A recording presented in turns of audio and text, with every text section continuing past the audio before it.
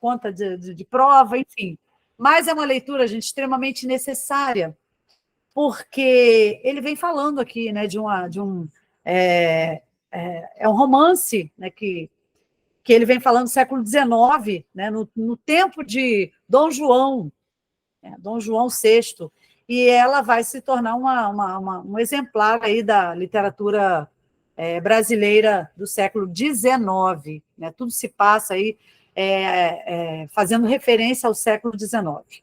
Muito bom, muito bom. Você tem o Leonardinho, que é o personagem principal, e aí, em torno dele, vão acontecendo aí, né, peripécias aí que vão dar a essa narrativa atribulada, né, desse camaradinha, desse personagem preguiçoso, né, que é o Leonardinho, é um cara preguiçoso.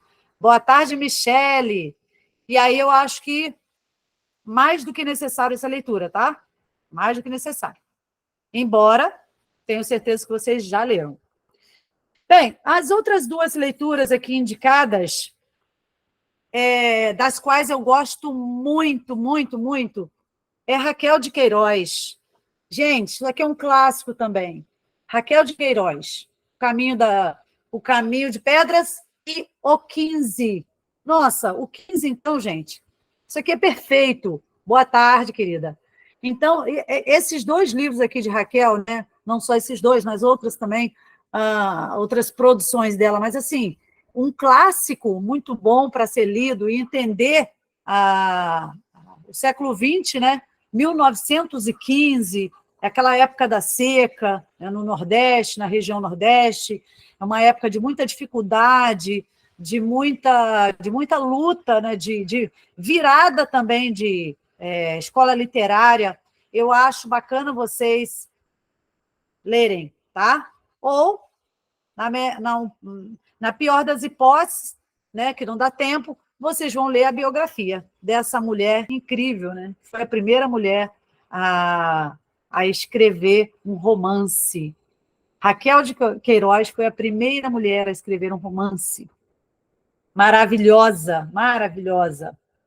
Raquel nos aparece agora com um romance deslumbrante, de vivíssimas mutações, com um desdobrar de cenas todo novo, no prodígio da revelação do escritor em sua glória maior, a da capacidade de vir a ser outro, dentro da própria grandeza. Então, cara, esse livro aqui, o 15, ele vem mostrando ali, né, contando ali essa dificuldade por que passavam personagens aí representando o Brasil, né, mais especificamente a região Nordeste, no século XX, né, 1915. Então, é uma leitura para lá de recomendada, os dois, tá? Os dois de Raquel de Queiroz. Bem, e uma outra leitura muito importante também, que a gente utiliza na faculdade, né? Todos esses aqui a gente utiliza na faculdade, tá? Todos que eu mostrei para vocês e os que eu tenho dado aí dicas também. Esse aqui, ó. Quem não leu, gente? Leia. É maravilhoso, né? Jorge Amado, Capitães da Areia. Capitães da Areia, gente, por que Capitães da Areia, né? Porque eles viviam num trapiche, né? Um local abandonado, uma construção abandonada numa praia, né? E aí eles chamavam de trapiche. Então, essa praia, né? Então, por isso, Capitães da Areia, né? Eles viviam lá, meninos em situação de rua. Boa tarde, Renata. E que se passa, né, nos becos da Bahia. Quem já leu sabe do que eu estou falando, que é uma leitura perfeita, maravilhosa. Jorge Amado, ele trouxe... E a Bahia, gente, tem muito disso, né? Quem conhece a Bahia sabe do que eu estou falando, porque eu estive na Bahia 2 vezes e eu fui exatamente para isso, para vivenciar todas essas leituras feitas, né, ao longo aí da minha jornada. Boa tarde, é Dayana ou Diana? Diana, né? Boa tarde, Diana, seja muito bem-vinda. E aí, gente, nessas idas para a Bahia, eu tive o prazer e o desprazer de fazer essa constatação, né, de lugares, né, de extrema pobreza, né, vilarejos de extrema pobreza, onde impera tem muitos pedintes, né, muitas pessoas em situação de rua, impera também a questão do alcoolismo, né? Muitas pessoas lá são muito dependentes do álcool, são alcoolistas. Então, eu fiquei hospedada no Pelourinho, né, para conhecer toda a história, todas as histórias de escritores que falaram sobre a Bahia, e eu pude realmente constatar tudo que eles colocaram aqui faz total sentido. Eu vivi essa realidade. Então, eu recomendo muito, muito, muito. Né? Fui na casa de Jorge Amado, Verão Vermelho, e hoje, né, um museu, Verão Vermelho. E, gente, é um espetáculo, né?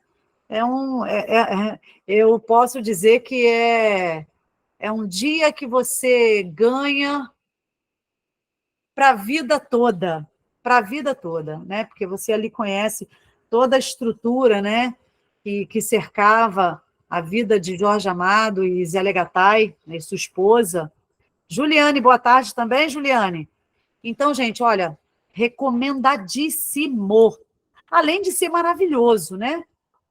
São meninos de rua, né? São meninos em situação de rua, não são adultos, são adolescentes, né, que estão aí começando, são crianças, são adolescentes, na verdade, são adultos precoces, né? A gente pode chamar de adulto precoce, né? Que é aquele cara que tem seus lá 13 anos, 14 anos, talvez 15, nem isso, e você já assistiu ao filme, né? Pois é. Mas é claro, né? É Tamires que falou? Gente, o filme não retrata nem de longe o que a gente tem no livro, né? Então, a recomendação é sempre que vocês leiam o livro e aí depois, obviamente, vocês podem assistir a um filme, a um documentário. Aí sim, boa tarde, Jean, tudo bem? E aí sim, fica bacana para você complementar Boa tarde, professora. Boa tarde, meu querido. Essa informação toda aí. Bem, então, olha, Capitães da Areia, Jorge Amado, leitura magnífica. Caminho de Pedras, Raquel de Queiroz, também uma leitura incrível. Se eu não me engano, não, Caminho de Pedra não tem filme sobre. Não, não tem, que eu me lembre, não.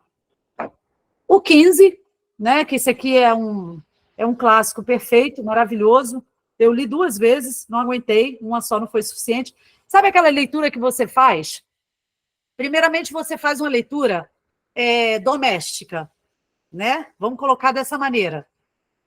Primeiro, você faz uma leitura doméstica, você se ambientaliza, né? Você conhece os personagens, você conhece você conhece o ambiente, você conhece a história, né? Você tem esse outro lado. Isso é uma leitura doméstica, né? Sem pretensão. Somente você se aproveitar, né? Se deleitar do enredo, né? Da narrativa. Depois, numa segunda leitura, aí sim você vai com outro olhar, né? Você vai com um olhar mais crítico, você faz anotação, né? Você faz anotação histórica, você faz anotação literária, intertextualidade, né? Ele traz ali a questão religiosa, né? Principalmente em Capitães da Areia, muito forte, então tem essa questão da religiosidade, da intolerância, e aí você vai pontuando algumas coisas assim, importantes para você refletir, né? Então, tem a questão da doença, né? Esse livro aqui, ó, ele fala também da doença, na época era a varíola, né, que estava aí, era uma pandemia, né, de varíola, e aí não havia, a vacina que havia não representava 100% de erradicação, né? E aí muitos desses meninos, né, que pertenciam ao grupo Capitães da Areia foram aí atingidos por essa doença, né? Bem, e Memórias de um Sargento de Milícias.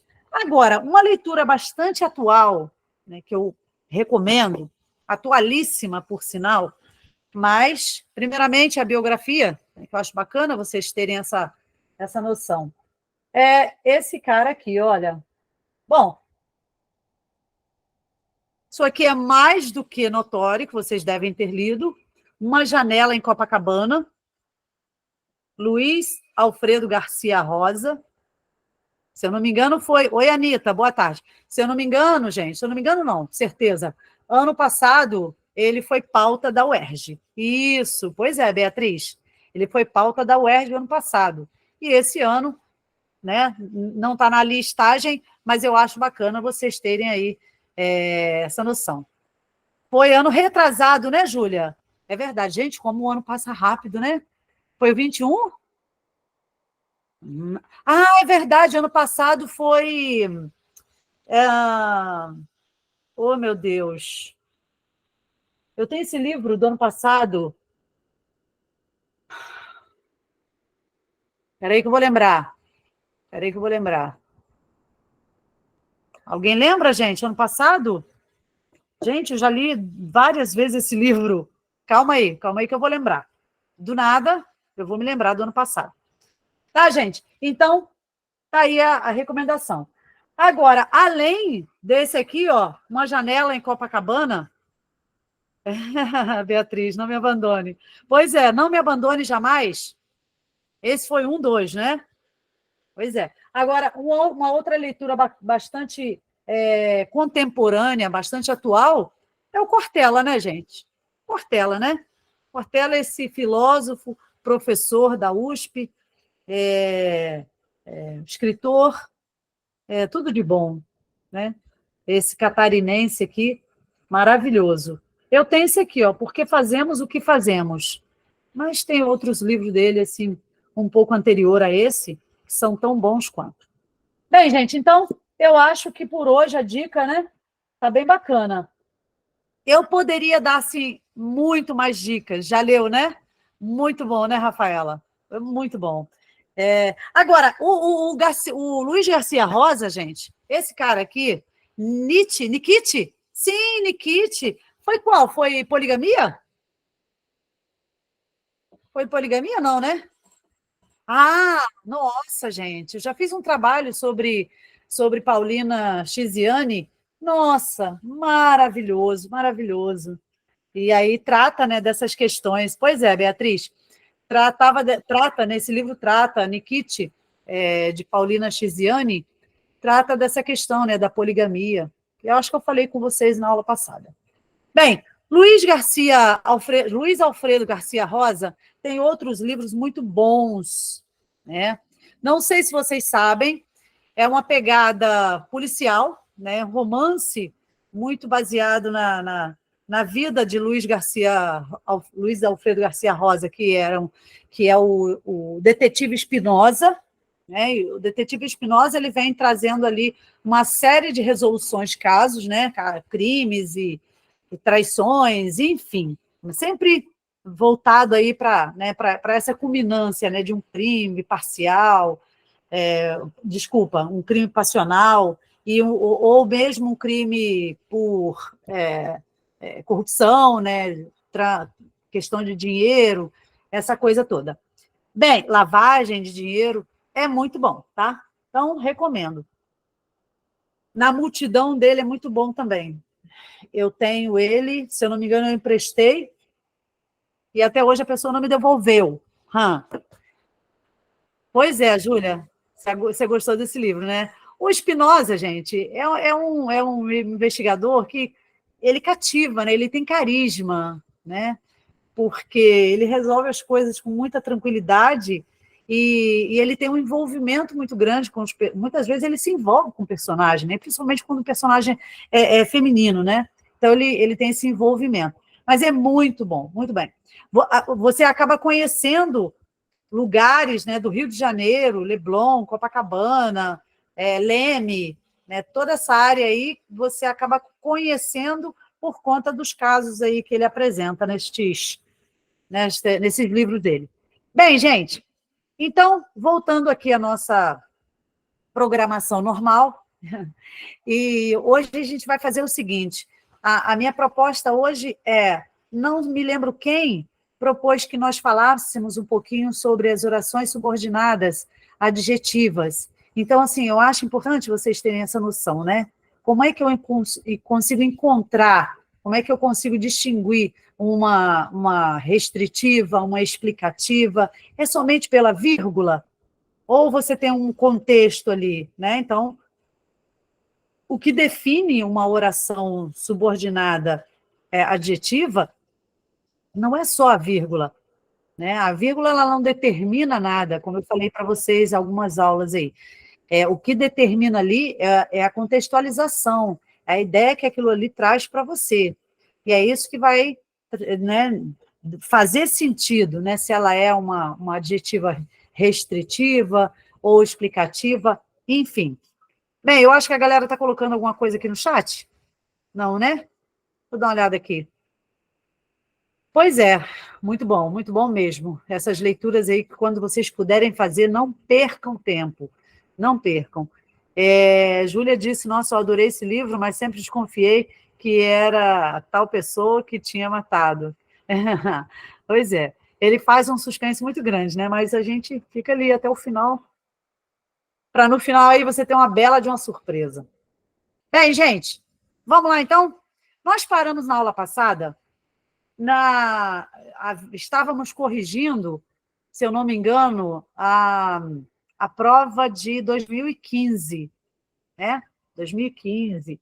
E aí eu falei para vocês sobre algumas figuras de linguagem. Quem não estava presente, né, a nossa aula, falamos um pouco sobre algumas figuras de linguagem, coloquei no grupo, e aí hoje a gente vai dar cabo aí do restante das questões para a gente trabalhar essa outra parte aí, mais instrumental. Vamos lá? Deixa eu mostrar para vocês, apresentar o material.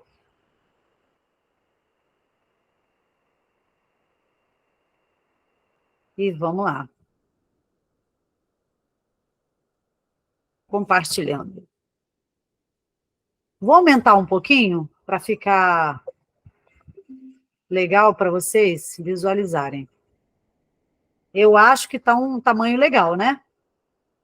Se eu não me engano, galera, nós paramos na questão 5, 4 ou 5. Vamos lá, vamos ver qual foi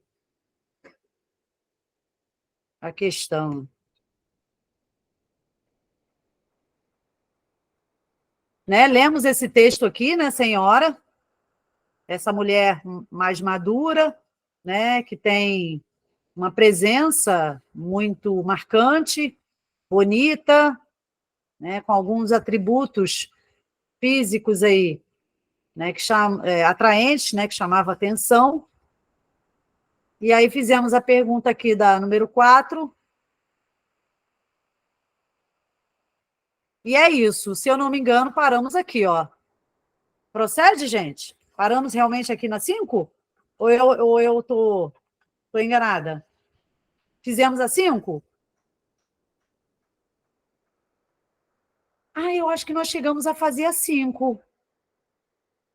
Quem pode me dizer aí? Alguém lembra? Fizemos, né, Beatriz? Isso, paramos na 5, é isso aí. Então, nós já fizemos a 5, agora a gente vai... a gente vai voltar lá. Então, vamos lá. Na questão 6, deixa eu jogar lá para...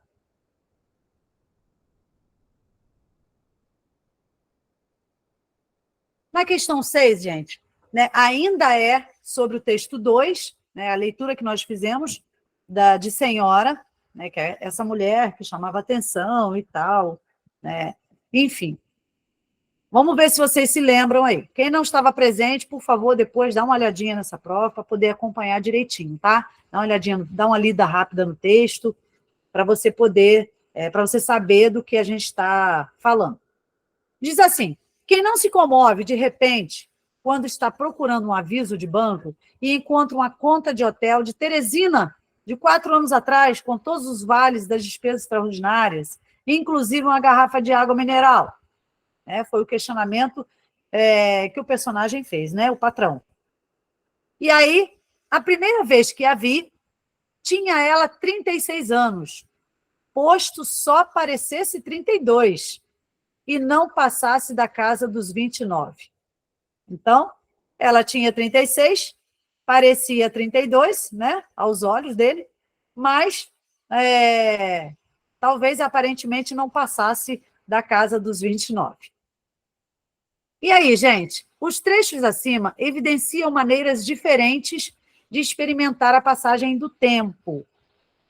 Explicite o que o tempo representa para o protagonista em cada trecho.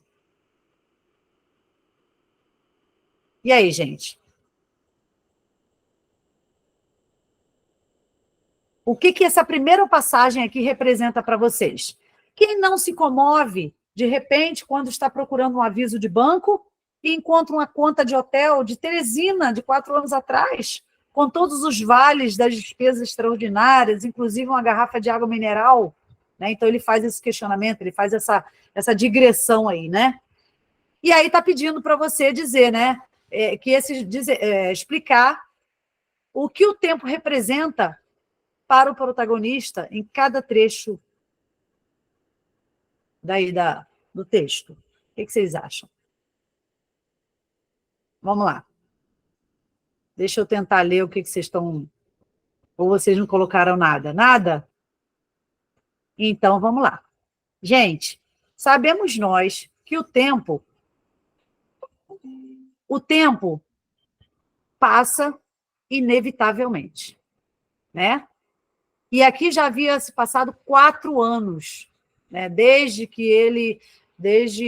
uma conta de hotel lá em Teresina, né? Pago, então ele encontrou aquele papelzinho, né? Dessa conta de hotel e tal, inclusive uma água mineral, tal, entre outras despesas. Então, o que ele faz aqui, gente, é uma digressão de um tempo que passa inevitavelmente, né? Quando ele se viu, né, ele se pegou lendo um ticket, né, um valezinho de despesa já de 4 anos atrás, ele se surpreendeu, né? Ele viu que o tempo passa, independente de qualquer coisa, ele vai passar. É inevitável a passagem do tempo. Então, aqui, ele revive esse momento. Essa digressão que ele faz é uma vivência, ele começa devagar há 4 anos, né? Desses 4 anos que passaram, e que ele estava lá, provavelmente foi um tempo bom que ele passou lá, curtiu bastante. Então, ele está revivendo 4 anos depois, através de um valezinho, né, de hotel, de despesa, né, de hotel. Então, ele percebe ali que parece que tudo volta à cabeça dele, né? Toda a vivência, todo momento, tudo que ele viveu nesse momento, há 4 anos passados, ele revive. Então, o que você pode explicitar aqui, né, como o primeiro trecho, que, né, ele está dizendo aqui, explicite o que o tempo representa. Bom, eu posso dizer para você que esse primeiro trecho aqui é saudosismo. Alguém concorda comigo? Que ele foi saudosista, né, no momento que ele viu o vale, né, de despesa do hotel, ele reviveu momentos provavelmente agradáveis que ele passou por lá, né? Então, é um saudosismo. O tempo representa para o protagonista aqui um saudosismo, né? Ele trabalha aqui com as emoções, mostrando que o tempo mexe, independente de quanto tempo faz, mexe com as emoções. E não deixou de mexer com a emoção do personagem, né? Tanto é que ele menciona isso na crônica, né, de Rubem Fonseca. Rubem Fonseca, desculpa. Rubem Alves. Então, ele mostra ali que o tempo passou, mas a emoção veio à tona no momento que ele reviveu através de um valezinho de hotel, ele reviveu esse momento. E provavelmente foi bom, né, gente? Então, vocês podem explicar dessa maneira, né? Que, embora o tempo tenha passado para o protagonista, né, as emoções permaneceram. Você vê que 4 anos depois, ele revive esse momento, né? Ele lembra direitinho, ele lembra direitinho tudo que aconteceu através daquela despesa, daquele valezinho de despesa de hotel, né? Aqui, ó, inclusive uma garrafa de água mineral. Gente, isso é emoção, isso é saudosismo, né? É você saber que, embora, ainda que o tempo passe, as emoções voltam, né? Elas vêm à tona, né? Através de né, desencadeado por algo. E as emoções do protagonista aqui foram deflagradas por um valezinho de despesa, né, de hotel. É bacana, né? E aí, no segundo, houve também, né, a representação do tempo, quando ele diz: a primeira vez que a vi, tinha ela 36, posto que só parecesse 32 e não passasse da casa dos 29. Então, gente, novamente aqui, você tem a passagem do tempo, passou para essa mulher, né? Passou para ele, mas você percebe aqui que ele tenta lembrar dessa mulher com a idade que ela tinha, né? Com toda a beleza que ela tinha no alto dos seus 36 anos. Tanto é que ele diz, né? Posto que só parecesse 32. Você vê que estava bem nítido, né? Bem atual, né? Bem presente na mente dele esse tempo passado, né? Em que ele reviveu ali um momento na presença dessa mulher, né?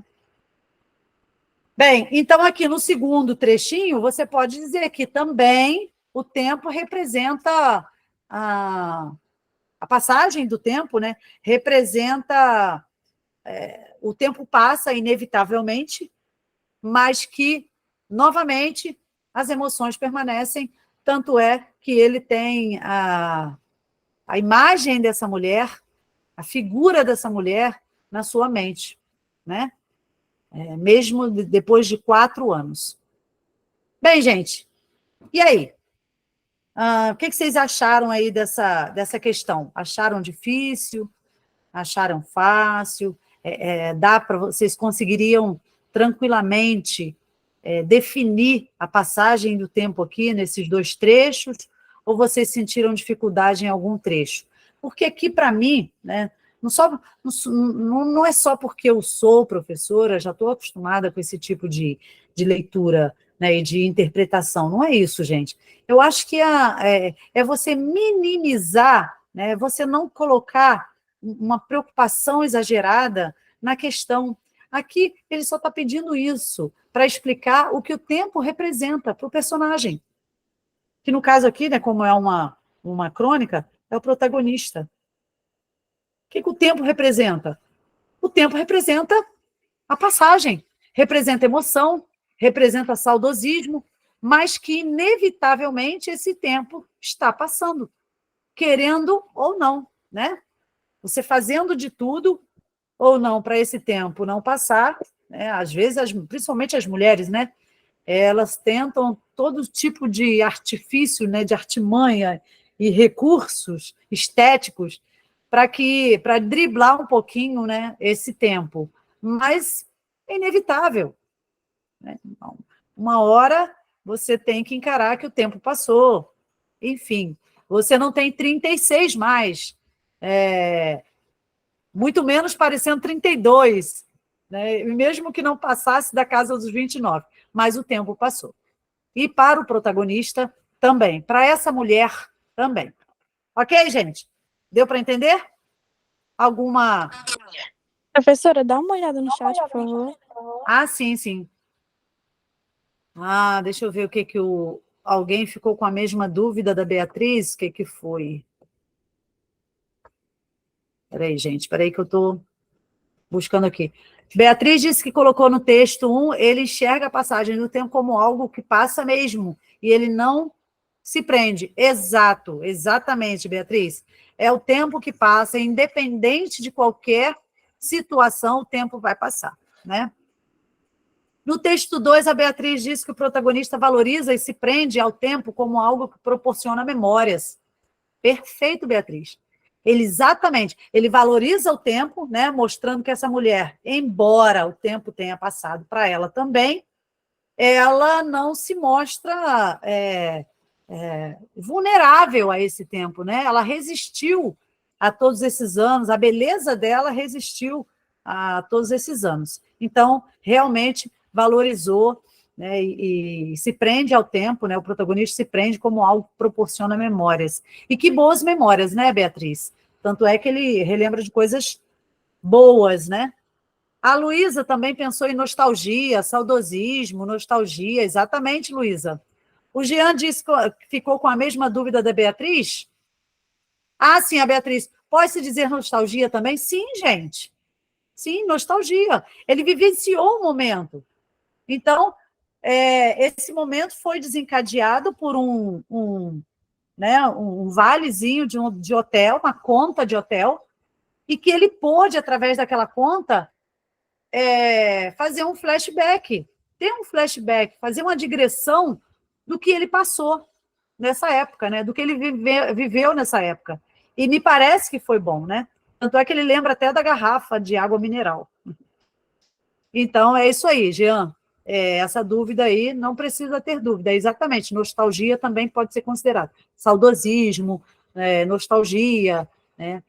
Que embora o tempo passe, ele guarda isso tudo na memória de uma maneira saudosista.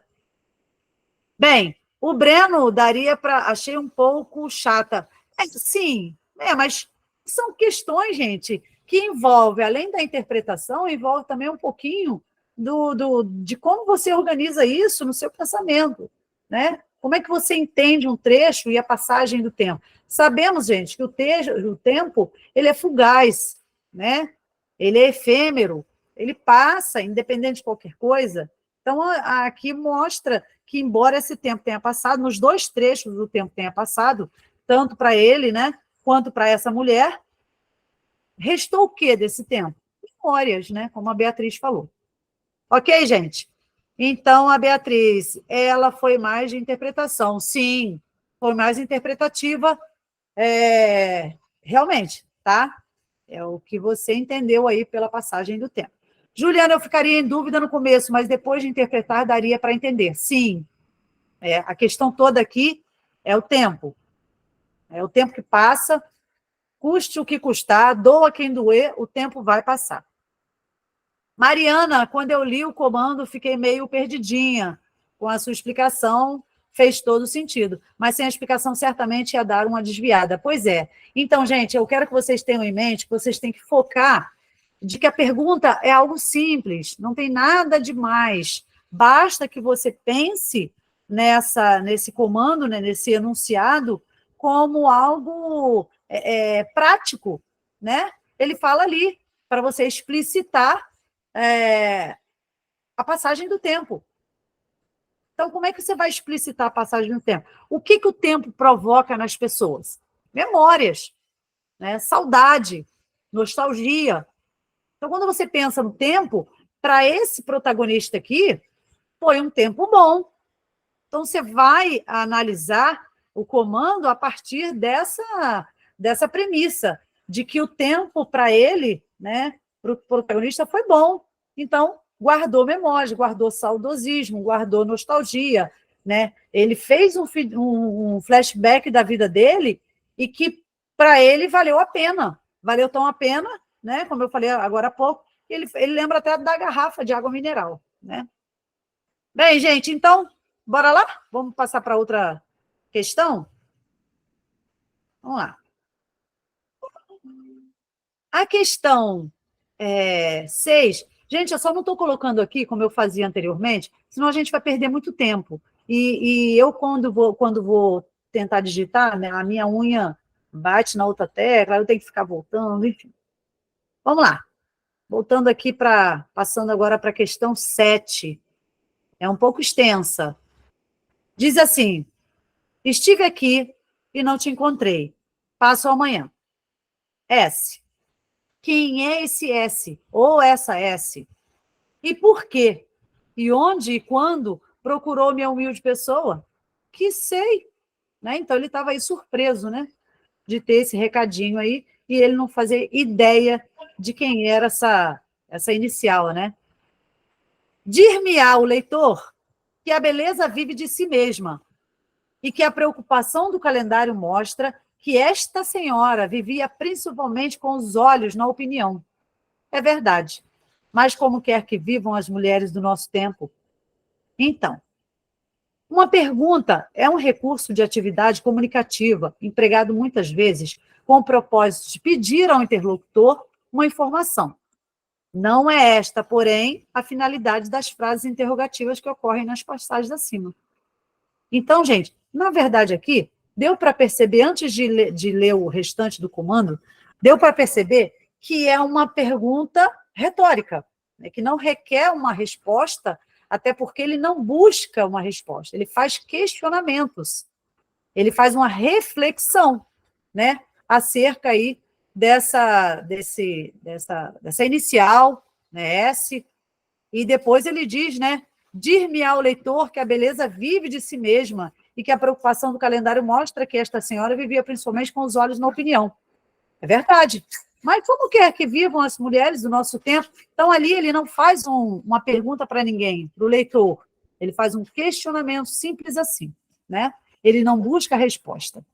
E aí, diz assim, identifique o calendário, olha, identifique o destinatário de cada uma das frases interrogativas e, em seguida, indique a finalidade da interrogação em cada passagem. Bem, e aí, gente, o que vocês têm para me dizer? Aqui você tem que indicar o destinatário, correto? E depois você vai dizer que, em seguida, indicar a finalidade dessa questão interrogativa em cada passagem. E aí, gente?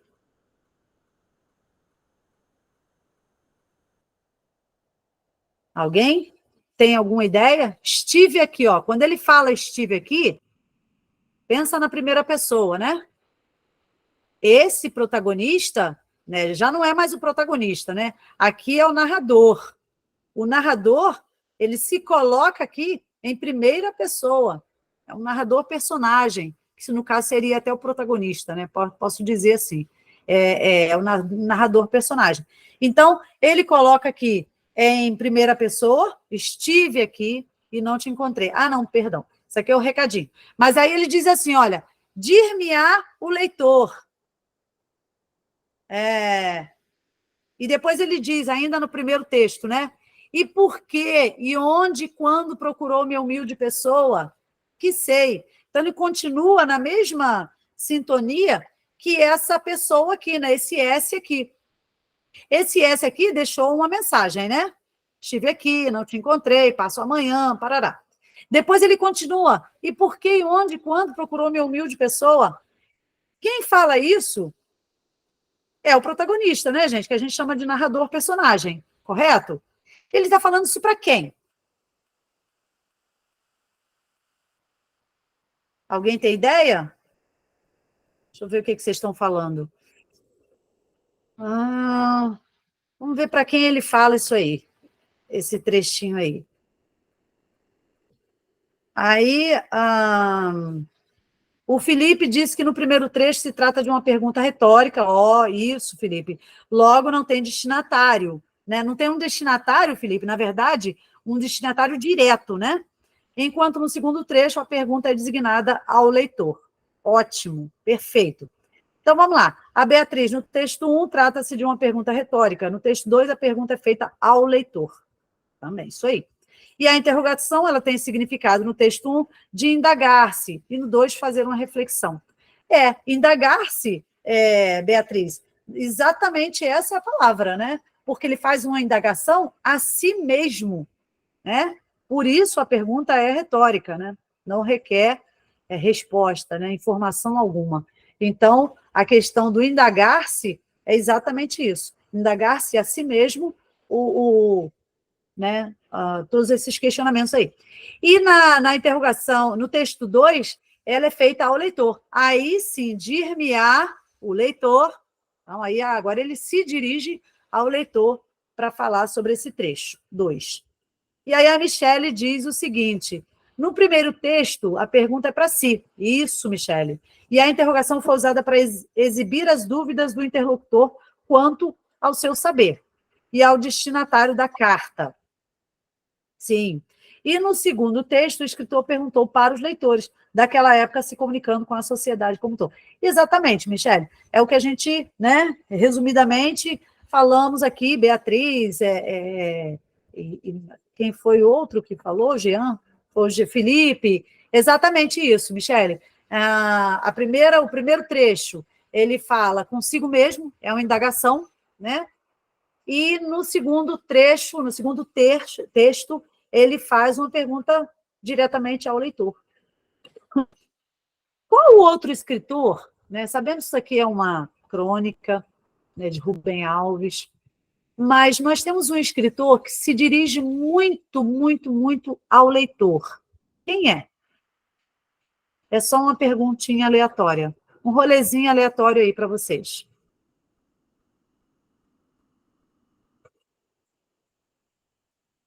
Machado de Assis. Gabriel, isso aí. Machado de Assis, gente, ele trabalha ele brinca o tempo inteiro com o leitor.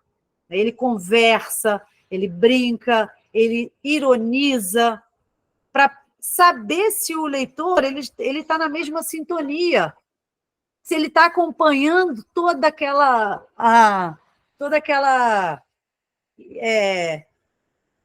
toda essa forma irônica de trabalhar o personagem, né? Ele tem essa pegada, né? Machado de Assis ele é um vai e volta, é um ping-pong com o leitor o tempo inteiro. Entendeu, Beatriz? Então ele vai, se o leitor não estiver atento, ele se perde. E aí, muito provavelmente, ele vai ter uma outra interpretação. Por que eu falo isso, gente? Só, né, fazendo um adendo aqui. Vejam bem, Machado de Assis, não sei se vocês leram alguma coisa sobre isso, Machado de Assis, assim como Castro Alves, assim como Monteiro Lobato, ele era abolicionista, né? Ele trabalhava em pró do abolicionismo, principalmente Castro Alves, né? Quando ele traz o navio negreiro. Vejam bem, gente, estamos na época oitocentista. Beleza. E aí, assim como Monteiro Lobato, Machado de Assis também traz em seus personagens, em suas escritas, personagens negros, né? E que ele faz sempre uma brincadeira ali. Monteiro Lobato o tempo inteiro. Até ele faz isso com a própria tia Anastácia, entre outros personagens que ele tem também Negrinha, né? Quem já leu Negrinha sabe e que ele faz isso o tempo inteiro. Mas, gente, percebam o seguinte, eu já ouvi muitas pessoas falando, mas ele era racista. Gente, com que olhos você leu esse livro? Pensando em quê? Então, você não conhece a biografia de ninguém? Por isso eu falo para vocês a importância, né? Eu reafirmo a importância da biografia. Vocês precisam saber. Não é sobre a vida do cara, não, gente. Eu não falo a biografia da vida do cara. Eu não quero saber com quem ele casou, com quem ele deixou de casar, se ele descasou, se ele era epilético. Não, não é essa a questão. A questão envolvida aqui é a fortuna crítica, né? É a escrita desse cara. O que ele tem de escrita?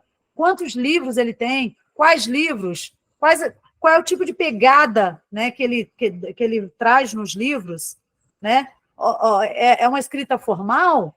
Ou é uma escrita mais relaxada? Ele trabalha muito com o leitor? Ou ele não? Ele é um narrador observador, em terceira pessoa. Não. Então, gente, a importância aqui da biografia está nisso. Se muitos leitores que leem Machado de Assis, Monteiro Lobato, ou assistem a algumas produções de Monteiro Lobato, Castro Alves, de continuar dizendo que eles eram racistas, aí, gente, fica difícil de você até explicar para essa pessoa, meu querido, vai estudar um pouco, né? Vai ler um pouquinho da biografia, das escritas desses camaradas. Eles são o tempo inteiro denunciativos. São escritas denunciativas. Machado de Assis tem um livro, eu vou me lembrar o nome do livro, e que, eu não sei se é Inocência, não é Inocência, não. Eu vou lembrar o nome do livro. Já li, evidentemente, mas daqui a pouquinho eu lembro. Machado de Assis, ele fala de quando ele era menino, ele tinha um cavalinho de estimação. E esse cavalinho, quando ele queria, né, brincar, esse cavalinho se punha de 4 e ele subia no dorso desse cavalinho e batia com os pés, né, com os calcanhares, na barriguinha desse cavalinho. Esse cavalinho, gente, nada mais era do que o menino da casa, né? O filho da empregada. A gente está falando de Machado de Assis? Não, gente, a gente está falando de Machado de Assis, a gente está falando de personagens, né, criados por Machado. E são textos, gente, muito, muito, muito denunciativos, porque eles já, naquela época, denunciavam o racismo. Aí você fala, mas olha só, então ele nunca explicou, mas precisa? Existem determinadas ironias, galera, né, como nós trabalhamos na aula passada, essa figura de linguagem, esse recurso estilístico, muitas vezes, você não precisa deixar claro que aquilo ali se trata de uma ironia, porque é uma obviedade. Eles trabalhavam juntos, era uma tríade. Machado de Assis, Castro Alves, Monteiro Lobato. Né? E o que é o poema Navio Negreiro? Né? Nada mais é do que uma denúncia do que acontecia nos porões, né, desse navio. Quantas atrocidades. Então, assim, a gente tem que fazer leitura, mas com essa leitura tem que trazer para a gente uma informação importante, né? Por isso que eu digo, falo, repito, você precisa fazer uma leitura, primeiramente, uma leitura doméstica? Ok, para você conhecer a história, você conhecer o enredo, né? Conhecer os personagens, se familiarizar com os personagens e tal. Depois você precisa fazer uma outra leitura. Essa releitura, ela sim é que vai dar a você condição de entender o escritor, o tipo de narrativa, o tipo de personagem, como é que ele trabalha esse ping-pong com o leitor, ou se ele é somente um narrador observador, né? Isso tudo, gente, está envolvido numa leitura. Alusão histórica, alusão literária, né? Então, busquem aí leituras com essa finalidade, tá, gente? Bem, voltando aqui, então, à questão, você pode perceber que é simples aqui a resposta, né? Basta você saber que ele só está buscando aqui, gente, que você explique, identificar primeiramente o destinatário de cada uma dessas frases interrogativas. Então, logo de cara, você lê esse primeiro trecho aqui, né, no texto 1, você percebe que ele faz uma leitura, ele faz um interrogatório, né, mas um interrogatório indireto, né, é o que a gente chama de uma pergunta indireta, uma pergunta retórica, aquela que não precisa de resposta, até porque ele não busca isso, né? E aí é uma reflexão consigo mesmo, é uma indagação, como disse bem a Beatriz, se eu não me engano. E no texto 2, aí sim, ele faz aqui um questionamento e ele vai diretamente ao leitor. Quando ele diz, dir-me-á o leitor que a beleza vive de si mesma, né? E depois diz, é verdade, mas como quer que vivam as mulheres do nosso tempo? Então, aí, ele já se dirige ao leitor. Tranquilo, gente? Bem, agora a gente vai passar para a questão 8, que diz assim, o relógio. Deixa eu ver quem escreve isso aqui. Joaquim Cardoso, poesia completa e prosa. O relógio. Vocês estão percebendo o tempo inteiro que todos os textos vertem para a questão do tempo, né, gente? As perguntas, elas estão voltadas muito para a questão do tempo, né? Da análise do tempo. E aí aqui diz assim, o relógio. Quem é que sobe as escadas batendo liso degrau? Marcando, o surdo compasso com a perna de pau? Quem é que tosse baixinho na penumbra da antessala? Por que resmunga sozinho? Por que não cospe, não fala? Por que dois vermes sombrios passando na face morta? E o mesmo sopro contínuo na frincha daquela porta? Da velha parede triste, no musgo roçar macio, são horas leves e tenras, nascendo do solo frio. Um punhal feriu o espaço, e o alvo sangue a gotejar. Deste sangue, os meus cabelos pela vida hão de sangrar. Todos os grilos calaram, só o silêncio assobia. Parece que o tempo passa, com sua capa vazia. O tempo, enfim, cristaliza, em dimensão natural, mas há demônios que arpejam na aresta do seu cristal. No tempo pulverizado, a cinza também da morte. Estão cerrando no escuro as tábuas da minha sorte. Beleza. Então, você tem aí, né, o vocábulo aí, frincha, que é a abertura, né? Fresta, né? A mesma coisa que fresta. Arpejar, que é tocar harpa. E aí a pergunta 8 diz assim, deste sangue os meus cabelos, pela vida hão de sangrar, mas há demônios que arpejam na aresta do seu cristal. Ok. Os verbos sublinhados nestes exemplos estão flexionados na terceira pessoa do plural ou do singular, de acordo com regras de sintaxe, características da norma escrita culta da língua portuguesa.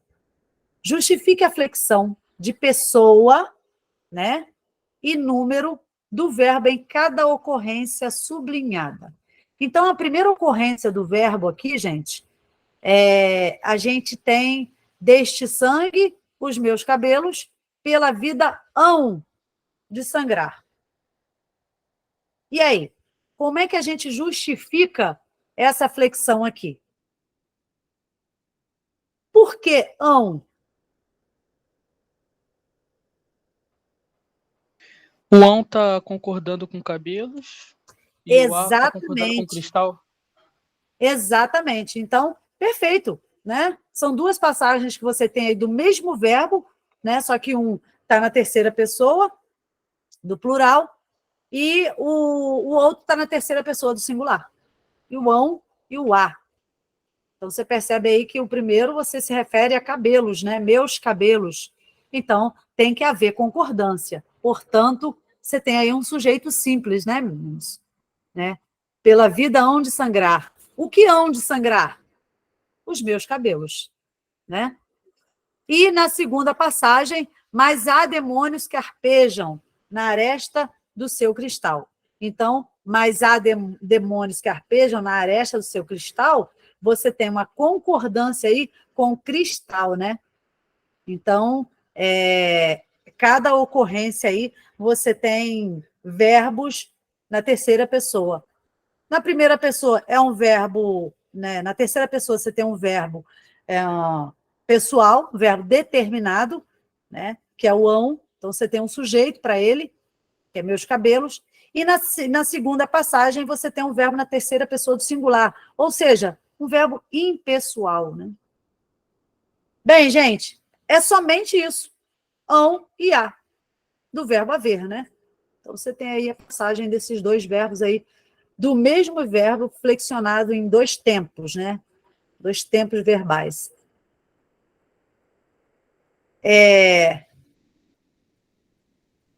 A número 4, gente,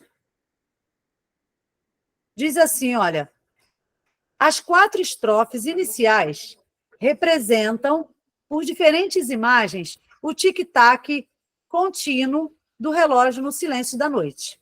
A 5ª estrofe interrompe essa monotonia.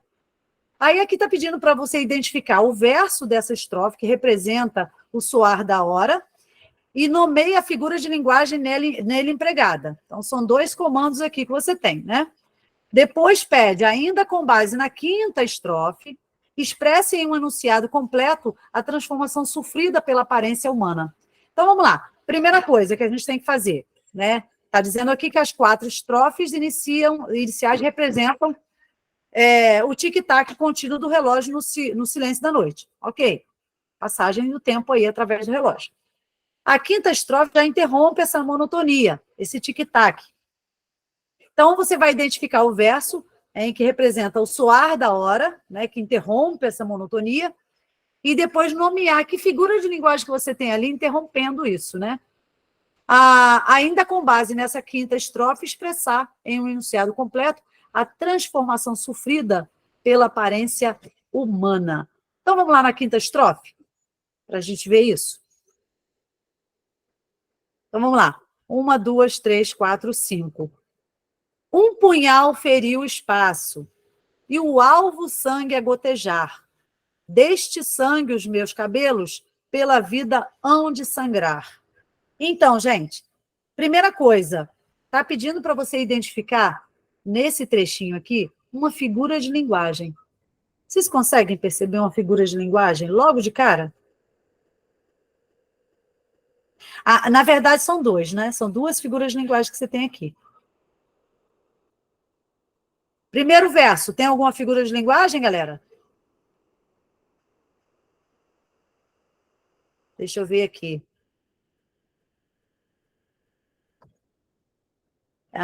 Bem, vamos lá então. Vou voltar para a prova, que eu estou aqui olhando se tem mensagem. Voltando aqui. Um punhal feriu o espaço. Está pedindo para vocês dizerem qual é a figura de linguagem contida aqui. Gente, punhal fere espaço?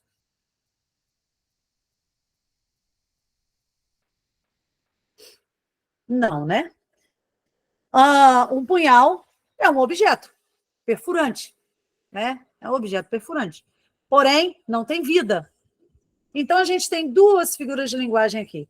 Primeiramente, algo irreal, né, que faz parte da irrealidade, não é algo literal, que é um punhal ferindo o espaço. Então, você tem aí uma metáfora. E a outra figura de linguagem, alguém consegue alcançar a ideia? Personificação, Júlia, Gabriel, Ana Espíndola, Luísa, isso aí. Prosopopeia, Felipe. Perfeito. Por quê, gente? Está dando vida a um objeto, né, que é próprio de um ser humano, né? Então, está dando vida a esse objeto. Perfeito. Então, você tem aqui metáfora e a personificação. Isso tudo, gente, nesse trechinho aí, nessa estrofe. E aí, gente, depois ele pede para... Deixa eu ver qual é a pergunta, que eu já não me lembro mais. Para você transformar... Deixa eu voltar aqui na pergunta.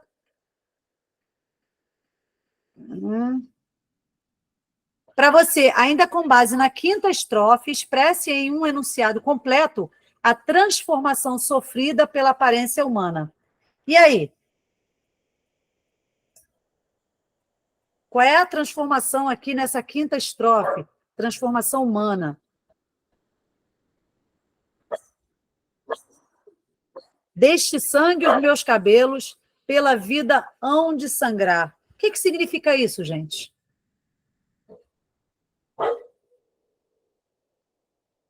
Alguém colocou alguma resposta no chat? Isso, Beatriz. Os cabelos, gente, com a passagem do tempo, os cabelos vão ficando brancos. Então, quando ele fala os cabelos hão de sangrar, na verdade, é que eles vão embranquecer, né? Vão ficar brancos. O tempo vai passar. Opa! Então, esse sangrar, né, a que ele se refere, é a passagem do tempo, né? Aquela passagem dolorosa do tempo, né? Em que mostra aí na transformação no ser humano, que é o envelhecimento. E como é que a gente percebe o envelhecimento num ser humano? Desculpa, num ser humano, a passagem do tempo num ser humano? Através dos cabelos, né? Os cabelos vão ficando brancos, e aí você percebe que ali, de fato, o tempo está passando. É uma transformação dolorosa? Sim, né? Haja vista os meus, que ainda não estão tão brancos assim, graças a Deus, boa genética, mas eu já percebo, um fiozinho aqui, outro ali. Isso é a passagem do tempo, né? Dolorosa? Ah, em alguns casos, né? Algumas pessoas sentem muito isso, né? Isso, para algumas pessoas, é muito difícil de digerir, de entender e aceitar. Mas, para outras, é um pouco mais leve.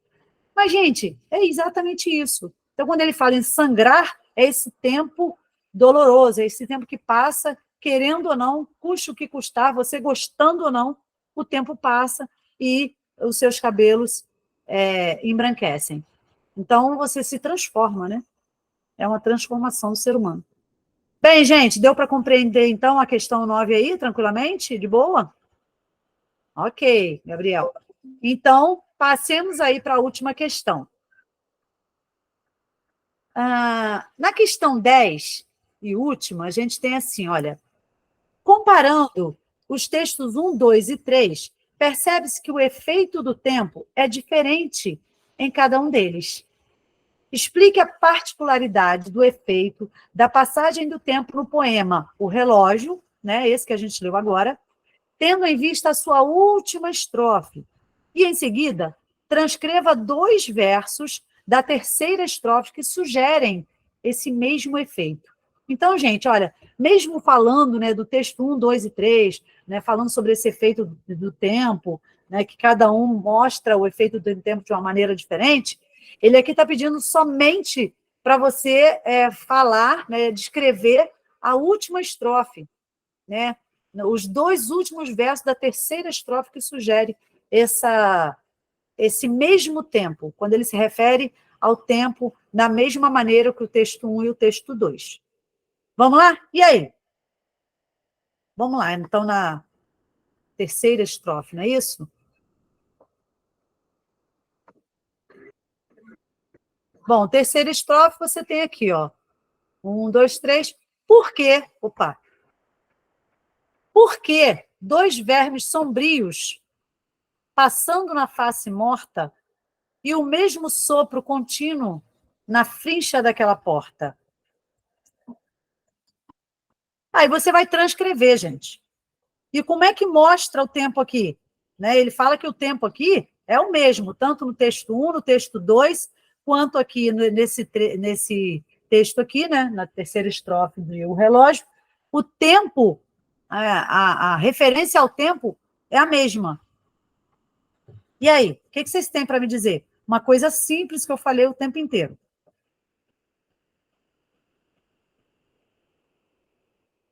Alguém colocou alguma coisa no chat? E aí, gente? Lembra que eu falei para vocês que o tempo inteiro, né, os textos falam da passagem do tempo?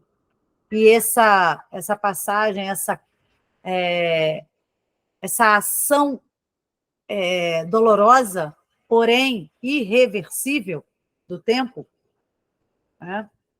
Dolorosa e irreversível, né? Porém, não. E irreversível.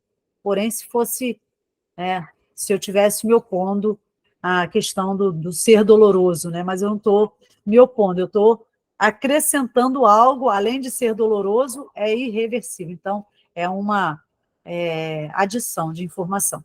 Então, aqui, gente, você tem também, aqui, quando ele pergunta, né, quando ele fala desse tempo como sendo o mesmo significado, tendo a mesma presença, né, mesmo sentido, ele quer falar desse tempo que passa, dessa efemeridade do tempo. Então, vocês poderiam responder dessa maneira, da efemeridade do tempo, né? Do tempo que passa independente de qualquer ação humana. E esse tempo, ele vai representar a transformação do homem, seja fisicamente, né? Seja de maneira interior, né? No interior desse homem, mas a transformação esse homem vai sofrer, né? Com o amadurecimento, com o tempo, né? Com a chegada da idade, esse homem vai amadurecer, então ele vai apresentar uma outra personalidade, uma outra maneira de enxergar a vida, né? Isso também vai refletir na estética dele, no físico dele, né? Na aparência. Bem, deixa eu ver se vocês colocaram uma coisa. Então, vamos seguir.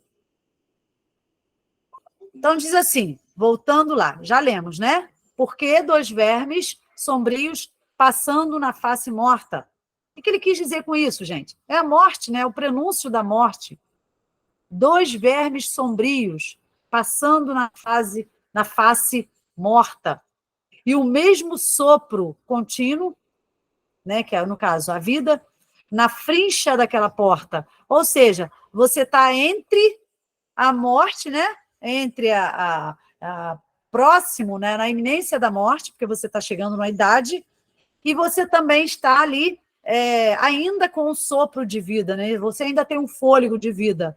E esse fôlego de vida está por um triz, está na frecha daquela porta, né? E ele diz aqui, ó, e o mesmo sopro contínuo na frincha daquela porta. Ou seja, ele está às portas da morte, mas ele também está mostrando um fôlego de vida, né? Que está aí, ó, se mostrando na fresta de uma porta. Então, ele trabalha aí essa dicotomia, esse termo antitético, né? Entre morte e vida, né? E fôlego de vida, vermes sombrios e sopro de vida.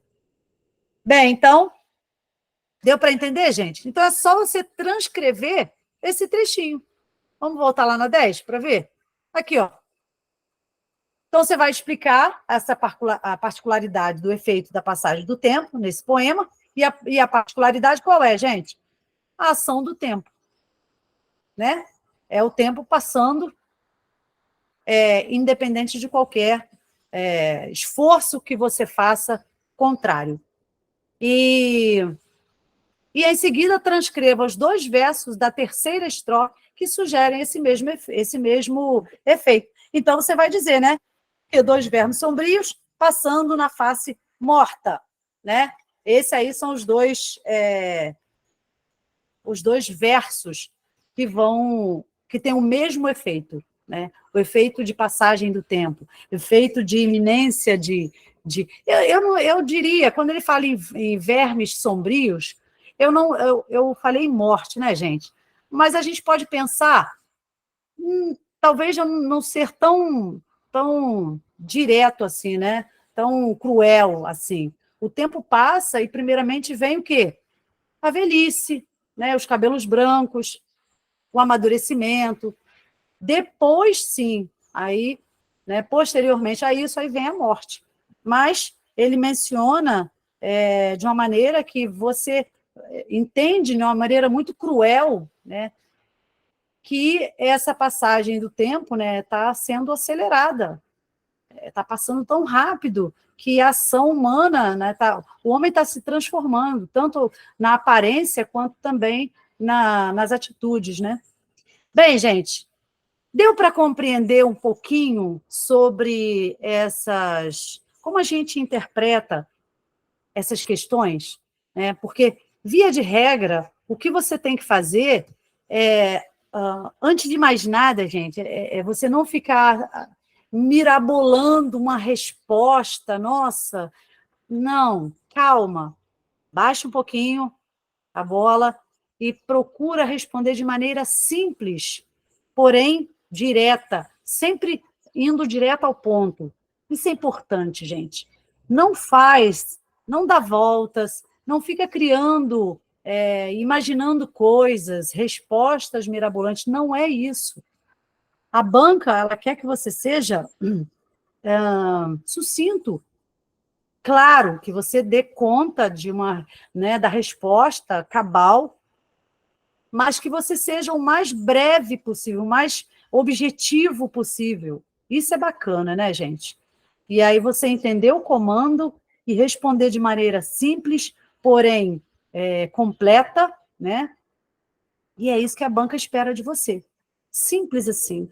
E olha, vou dizer para vocês, eu sinto que pelas respostas, né, que vocês dão aqui, tá? Só um minutinho, Mariana. Pelas respostas que vocês dão aqui, eu percebo que vocês têm um entendimento muito bacana desses comandos, né? Que vocês conseguem interpretar bem. É claro que eu dou uma ajudinha aqui, outra ali, mas a base de tudo, gente, quem faz é você. É você que tem essa base, né? Porque é você que está compreendendo, né? Esse comando, né? Tá vindo para você de uma maneira, você está interpretando aquilo ali, e aí eu dou uma enxugadinha, eu dou uma ajudinha, um empurrãozinho, e aí você complementa aí com uma informação que você já havia pensado, você só precisa colocar isso ali, né, no papel. Ok, gente? Eu acho que essa provinha aí, né, mesmo sendo 2015, você vê que não muda muita coisa, né? A base é sempre a mesma, cobrando sempre as mesmas coisas, figuras de linguagem, intertextualidade, mas ele trabalha muito com a questão além, né, da contextualização, de você interpretar. Você percebe que o português ali ele está entrando de uma maneira muito sutil, né? É muito sutil ali o português. Você vê que o que nós vimos aqui de língua portuguesa? Né? E aí eu falo de sintaxe, eu falo de morfologia, eu falo de morfossintaxe, muito pouco. Só que isso aí, gente, está intrínseco, está ali, olha, está ali entremeado, né? Está nos entremeios, é você que tem que perceber isso. E aí você fazendo, dando uma resposta interpretativa, cabal, completinha, é o que vale. E é isso aí. Independente, muitas vezes você, cara, mas eu não domino muito isso, caramba, eu não estou sabendo muito sobre isso. Mas olha, você conseguiu interpretar. Isso é importantíssimo. Você percebeu que os textos, todos eles, falavam sobre o tempo, cada um à sua maneira, mas sempre falando de um tempo que passa, de um tempo que pode ser ruim para alguns, pode ser que seja, né, bom para outros. Pois é, e que a prova seja baseada aí, né, meio bem parecida com essas questões aí também, né, Renata? Isso ajuda bastante. Vai lá, Mariana, pode falar, meu bem. Oi, professora, boa tarde. Tudo bem? Boa tarde. Tudo bem. Então, a minha dúvida é uma dúvida que eu conversando com amigos, né, que também vão fazer, tenho vergonha de fazer porque já estamos, né, na reta final. Mas é uma coisa que eu me sinto insegura, porque eu nunca tinha feito nada da UERJ, nem sabia como funcionava, foi o primeiro ano. Então, eu dar uma resposta, e inclusive dar uma segunda resposta num espaço, me dá um pouco de dúvida, incerteza, se eu boto, por exemplo, um número 1 e boto a resposta da primeira pergunta que ele pede no comando, se dou uma linha de espaço. Sim, tudo isso, Mariana. Uhum. Sim, Mariana. Sim, para essas perguntas que você fez, todas. Por quê? Eu falei para vocês na aula passada que a organização das respostas que vocês dão é importantíssima para a compreensão, né? Então, o leitor, né, o cara que vai ler a prova de vocês, ele vai interpretar de maneira, de acordo com a organização que você tem de resposta. Então, se o comando ali, se você tem 2 perguntas, texto 1, texto 2, coloca isso, né, discrimina isso, né, coloca detalhezinho, você coloca lá no texto 1, diz isso, Aí você pula uma linha, até porque você vai ter espaço para isso. No texto 2, até porque primeiro você responde a lápis, né? Depois você passa a caneta.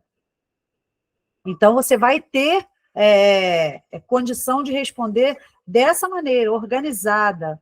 Gente, o que vocês têm que pensar é que quem está lendo precisa entender o que você interpretou, a maneira que você interpretou. Então, se você interpretou de uma maneira cabal e colocou isso de uma maneira organizada, pontuando, pulando linha, né, para não ficar confuso, misturado, e é importantíssimo para quem está lendo fazer a análise da sua resposta, né? Então, o que você perguntou, Mariana, não é nenhuma dificuldade, visto que vocês já estão próximo à prova, não se preocupe, é uma pergunta natural, né? Até porque é a sua primeira prova, né, Mariana? Primeira prova que você vai fazer. Então, não tem problema nenhum, ok? Bem, gente, eu vou falar rapidamente sobre isso, azul ou preta, né? Isso aí, Andressa. Professora, a senhora acha que vão ter perguntas sobre colocação pronominal? Porque eu senti que o livro faz bastante uso. Então, gente, por isso que eu trabalhei colocação pronominal com vocês, né?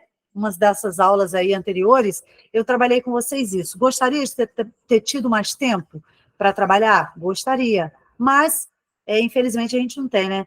Vai haver uma folha de rascunho? Então, olha, rascunho, eles não colocam rascunho, você responde na própria prova. Mas pensa que você sempre tem você sempre tem ali uma folha à parte que serve de rascunho. Você pode colocar ali suas questões, mas você pode também, né, vocês não tem que ficar com medo disso. Vocês podem responder a lápis e depois passar a caneta. Isso aí é simples, gente. Até porque, se responder diretamente à caneta, você corre o risco de errar, e aí fica uma coisa, né, feia, né? Isso. A Lola Jones perguntou, muitas vezes refazendo provas, minha resposta muitas vezes nunca deu a exata do gabarito. Não precisa, Lola, mas sempre tangenciou um pouco com o que o gabarito falava. Exatamente, essa é a questão. Nesse caso, é dado como correto? Sim. Cada um, Lola, responde à sua maneira.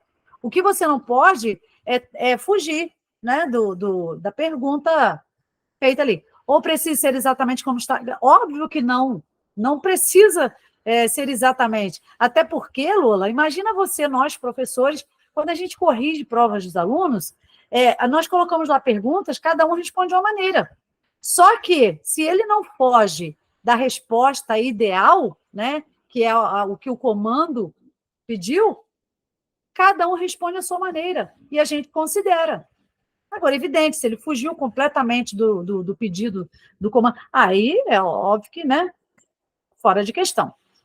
Isso são 2 folhas em branco lá no final. Exatamente, eu estava querendo lembrar onde é que eles colocam no final mesmo. Se eu, por exemplo, não usar os mesmos elementos da resposta oficial, é dado como errado? Não usar os mesmos elementos da resposta oficial. Não, Lula. É o que nós conversamos agora há pouco. Cada um tem uma maneira de escrita, né, de escrever, de interpretar e raciocinar e jogar isso para o papel. Se a sua resposta, se a sua questão responde ao que foi pedido, a maneira como você fez isso não importa, tá? Desde que você tenha ali, dê uma resposta cabal, completa.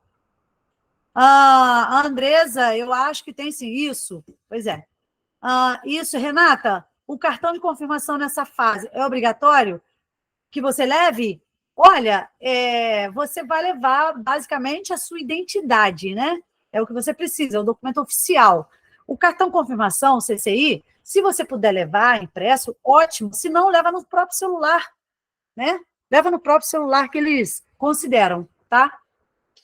É bom levar, realmente, eles nunca pedem, Beatriz, mas é bom levar. Leva no próprio celular, você não precisa levar isso impresso, não, tá?